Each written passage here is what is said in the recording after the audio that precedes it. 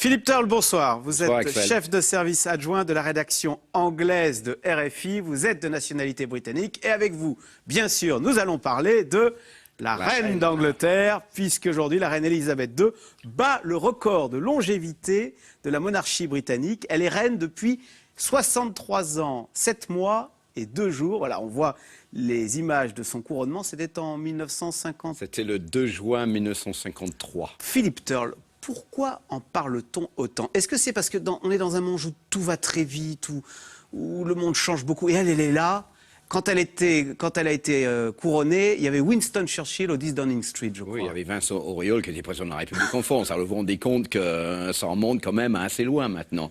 Je pense, en réponse à votre question, il y a plusieurs éléments. D'abord, c'est la longévité de cette règne et que je pense que même moi, je n'attendais pas qu'elle arrive à battre la reine Victoria. Quand j'étais à l'école en Grande-Bretagne, on parlait de la reine Victoria en disant c'est imbattable, 63 années sur le trône, qui peut faire mieux? Enfin voilà, aujourd'hui, la reine Elisabeth II, elle a fait mieux. Et deuxième chose, elle est là depuis tellement longtemps, elle a toujours été présente. Nous l'avons toujours connue, c'est un peu comme notre deuxième maman. Elle ne bouge pas, elle ne change pas. C'est une référence de solidarité, si vous voulez, un pilier sur lequel on peut dépendre, parce que quoi qu'il change dans le monde, et Dieu sait depuis 1952 qu'il y a beaucoup de choses qui ont changé, bah, elle est toujours là, elle est toujours fidèle au poste, elle bosse, mais elle ne change pas. Et comment se fait-il qu'en 63 ans de règne, elle a connu 12 premiers ministres, elle n'a jamais commis de dérapage, jamais émis une opinion politique qui aurait pu heurter, diviser la population britannique? Comment se fait-il quand on doit dire des bêtises en 63 ans, qui fait qu'à la fin on est impopulaire parce qu'on s'est mal comporté? Non, jamais. Non, sa sœur Margaret disait toujours que Lilibet, donc c'était le nom qu'elle donnait à sa sœur, elle sait toujours bien se comporter, elle sait toujours faire ce qu'il faut faire. Et je pense que vous savez qu'avant de devenir reine, elle avait prêté allégeance, si vous voulez, envers la couronne en disant « Je vais servir toute ma vie, qu'elle soit longue ou soit courte, je serai à votre service comme reine. » Et je pense qu'elle n'a jamais failli à cette promesse qu'elle avait faite. On dit que son génie, c'est qu'elle a l'art de parler pour ne rien dire. Oui, exactement, mais elle ne peut pas dire des choses, elle ne peut pas donner son avis, elle ne peut pas dire ce qu'elle pense, pour la simple raison que si elle le fait, elle va diviser le peuple. Et son rôle en tant que reine, c'est de réunir tout le monde, d'être au-dessus de la politique, d'être au-dessus des clivages, des querelles. Donc, elle ne peut pas dire « je préfère le noir au lieu du blanc », parce que tous ceux qui préfèrent le blanc, bon, ils vont dire bah, « la reine a pris parti pour l'autre côté ». Donc, elle ne peut pas le dire. J'ai appris qu'elle n'avait même pas le droit de voter. Voilà, elle ne vote pas aux élections. Alors, on va elle n'a écouter... même pas de passeport. Elle est suffisamment connue. On va écouter des témoignages de Britanniques sur la reine d'Angleterre. Alors vous allez voir, on va commencer par une fan, une dame qui collectionne tous les objets qui a trait à la royauté. Elle est brillante, elle est là pour nous, mais discrètement, travaillant sans relâche.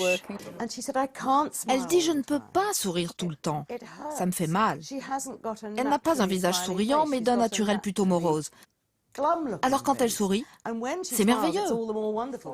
Le seul reproche qu'on lui fait, c'est lors de la mort de Lady Diana, de l'accident de Lady Diana en 97, d'avoir manqué de compassion. C'était le moment où la royauté tanguait un peu. Vous savez que les rapports entre Diana et la reine-mère et le duc d'Édimbourg étaient très tendus lors du divorce avec Charles. Et donc c'était devenu un peu le mouton noir de la famille royale, surtout avec les exploits qu'elle a eus avec d'autres amants après leur divorce. Donc il n'y avait pas beaucoup d'amour entre Diana et la reine. Mais je pense que la faute que la reine a commise à l'époque, est, à mon avis, une des seules fautes en 63 années de règne, c'est qu'elle a mal compris le degré de chagrin du peuple britannique à la mort de Diana. Et c'est Tony Blair, le Premier ministre de l'époque, qui est allé la voir pour lui dire il faut absolument dire quelque chose, il faut absolument faire un discours, ce qu'elle a fini par faire depuis Buckingham Palace, qui a un peu amadoué cette colère parce qu'il y avait à la une des journaux mais où est la reine, pourquoi elle dit rien? Alors la reine, qui vient donc de battre le record de longévité de la reine Victoria, c'est très... La monarchie britannique doit beaucoup aux femmes. On pourrait parler aussi de la reine Elisabeth. Finalement, c'est une monarchie qui était féministe avant. Alors, ce qui est bien, c'est que les femmes qu'on a eu au pouvoir, il y a la reine Elisabeth Ier, qui était une femme de poigne, qui a régné très longtemps jusqu'en 1603.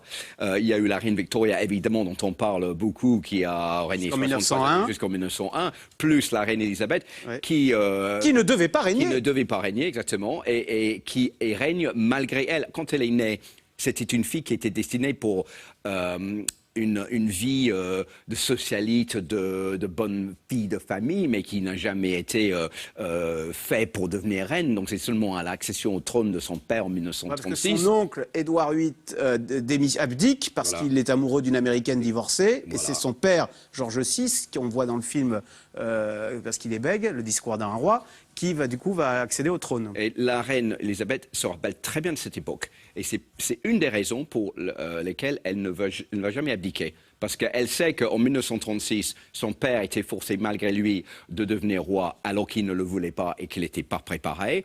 Elle se rappelle de tous les problèmes et la crise monarchique que cette abdication a causé. Elle s'est toujours dit après, moi, je ne vais jamais être responsable d'une telle crise. Donc moi, étant reine, je reste jusqu'au bout. Donc, alors il y a un autre corps, le prince Charles, il l'attend. C'est un autre corps.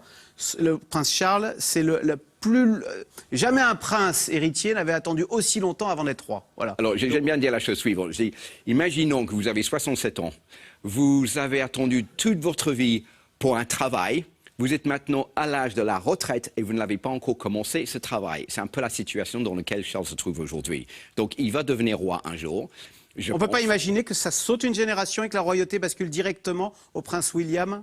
Jamais. Pourquoi? Charles, il attend. Charles, il attend. Vous vous rendez compte, ça fait depuis 1952, 63 ans qu'il attend pour être roi de ce pays. Il aurait pu le devenir à n'importe quel moment. Si jamais la reine meurt dans un accident ou pour une raison, elle disparaît, il aurait pu devenir roi. Donc il est prêt, mais il attend toujours. Je pense que ça serait un roi radicalement différent de la reine que sa mère a été depuis 60 années. Il est nettement moins populaire. Il y a des sondages. La reine d'Angleterre fait l'unanimité. Le prince Charles, il est soutenu que par 50% des Britanniques. Est-ce qu'il ne mettrait pas en danger la royauté, tout simplement, et l'acceptation de la monarchie britannique? Vous savez que dans les sondages, il y a 2/3 des Britanniques qui pensent que dans son temps, la monarchie existerait toujours. Il y a 75% des Britanniques qui aiment la reine actuellement. Donc, même si Charles devient roi un jour, ça serait une reine relativement courte, parce que c'est déjà un monsieur assez âgé. Imaginons que la reine vit aussi longtemps que sa mère, à savoir 101 ans. Ça veut dire qu'elle va régner encore 12 ans. Donc, dans 12 ans, Charles, il n'aura pas loin de 80 ans. Donc, on ne peut pas spéculer sur cela. Mais ce qui est clair, c'est que lui, il deviendra roi le temps qui sera roi, et ensuite ça passera à William. Alors la reine, elle est reine d'Angleterre aussi, de 15 pays du Commonwealth, Canada, Australie. Comment ils vivent ça, les Australiens? Ça leur fait plaisir d'avoir la reine d'Angleterre comme monarque? Vous savez que quand elle est devenue reine, elle a fait un grand voyage pour visiter tous les pays où elle était toujours reine. Oui, il y a Papouasie-Nouvelle-Guinée. Voilà, il y a les Bermudes, à l'époque il y avait Hong Kong, Jamaïque. Donc, à une ferveur, mais absolument complètement dépassant tout espoir qu'elle avait. Et chaque fois qu'il y a un membre aujourd'hui, comme William et Kate par exemple, qui part en Australie, en Nouvelle-Zélande, au Canada, il y a quand même une énorme fête et ils sont très sollicités. Donc je pense que mon sentiment personnel, c'est que le jour où Elisabeth disparaîtra, peut-être ça posera la question, est-ce que nous deviendrons indépendants ou pas? Est-ce que nous allons pousser nos propres ailes pour devenir une république et pas gérée par la couronne en Grande-Bretagne? Mais jusqu'à la fin de la vie d'Elisabeth, je pense que ça restera comme cela. Il y en a un dont on ne parle jamais, qui a 94 ans, c'est le prince Philippe, son époux. Bon, on n'en parle jamais. Vous qui vivez depuis longtemps en France, il nous manque une personnalité comme ça, hein, qui mettrait tous les Français d'accord et qui serait un peu au-dessus. Hein. Mais, quand vous devez... quand vous recevez quelqu'un, le président Obama, le président Hollande, vous voulez que la reine ou le pays vend quelque chose, quoi de mieux que d'envoyer la reine? C'est quelqu'un qui n'est ni de gauche ni de droite, mais que tout le monde a envie de rencontrer. Voilà, God Save the Queen. Merci beaucoup, Philippe Turle, donc directeur adjoint de la rédaction anglaise de RFI. Merci. Tout de suite, Yves Calvi, c'est dans l'air. Les premiers réfugiés en provenance d'Allemagne sont arrivés ce matin dans la petite ville de Champagne-sur-Seine, en Seine-et-Marne. Comment s'est passé l'accueil? Comment réagit la population locale? Et puis, ce changement de tonalité radical à l'égard des réfugiés pourrait-il créer un appel d'air, alors qu'on le sait, des millions de réfugiés attendent dans des camps en Jordanie, au Liban ou en Turquie? C'est dans l'air est intitulé ce soir, des millions d'autres réfugiés.